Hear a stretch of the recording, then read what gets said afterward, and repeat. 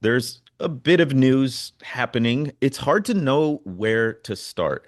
But today, what's been consuming the headlines is the president went on Truth Social, as he is wont to do, and was responding to six political leaders, Democratic leaders, who were encouraging and advising military leaders not to follow illegal orders, to uphold their oath to the Constitution and not bow down to Trump or any of his officials who are encouraging them or ordering them to do acts that might be illegal.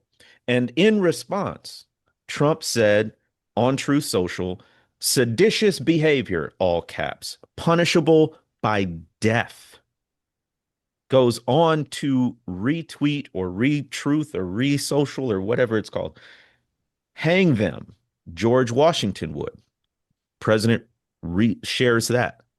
And then goes on to say it's called seditious behavior at the highest level. Each one of these traitors to our country should be arrested and put on trial. Their words cannot be allowed to stand. We won't have a country anymore.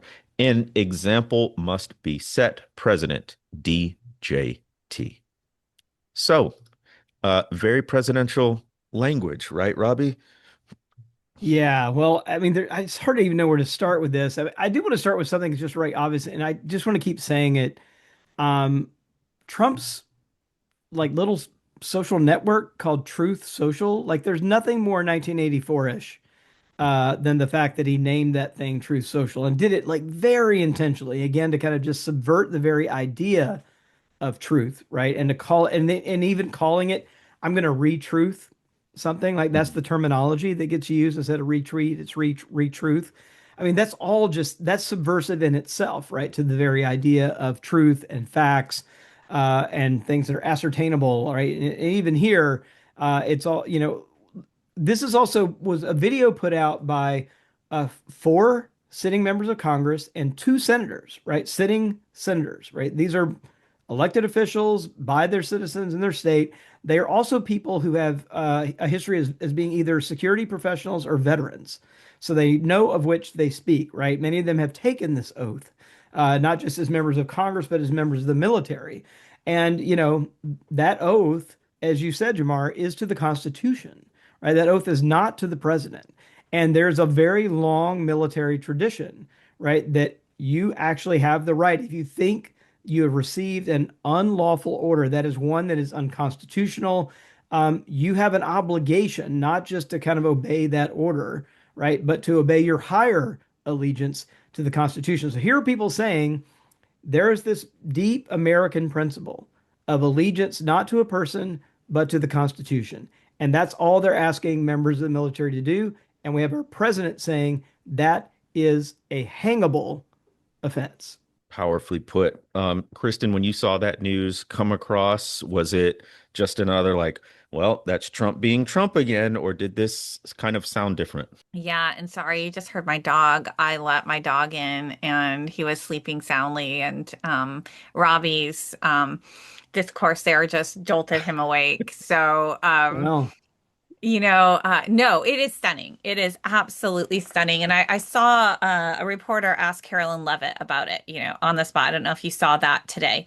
yeah. And that was also chilling, right? Absolutely, because she jumped on the attack. When the question was essentially, Trump has talked about that political violence and words and has accused Democrats of kind of ratcheting up political violence. Well, isn't this doing exactly that?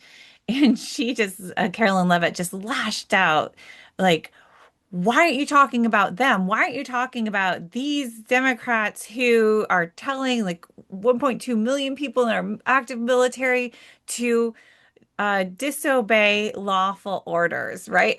Right there, the reporter is like, they're not the lawful. They said specifically the illegal orders, right? But just like absolute, again, the spin, just Mm. total spin, not actually acknowledging reality, right? Her job is to just spin.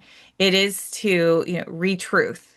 Mm. And so it is just another reminder, daily, hourly reminders of this is so unprecedented.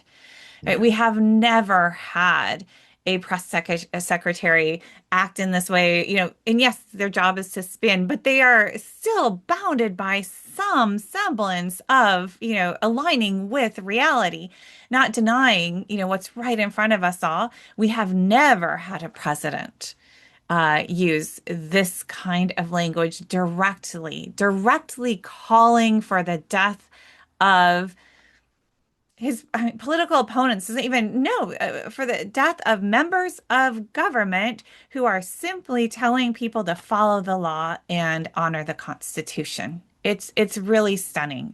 It's really important that I think what both of you said to just give us like some perspective on this, because there is, I think, the temptation for people to say, well, he says outlandish things basically every time he speaks, and we'll get to the Jamal Khashoggi comments in a moment. And so it kind of you get numb to it. But this to me was a little bit even more shocking than typical because if there's ever a line, he keeps pushing it and pushing it and pushing it and pushing it to now essentially openly calling to hang, like you said, just other political officials.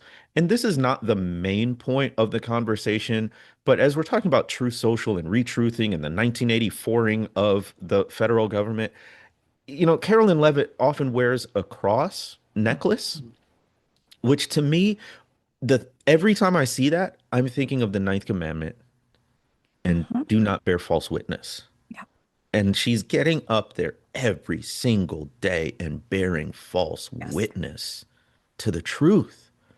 And to your point, Kristen, like every secretary, their job is to spin it, but the outright lies, and then what she did today, the deflection. Well, what about? Well, what about? Well, what about? To your president, who has just essentially said, hang them.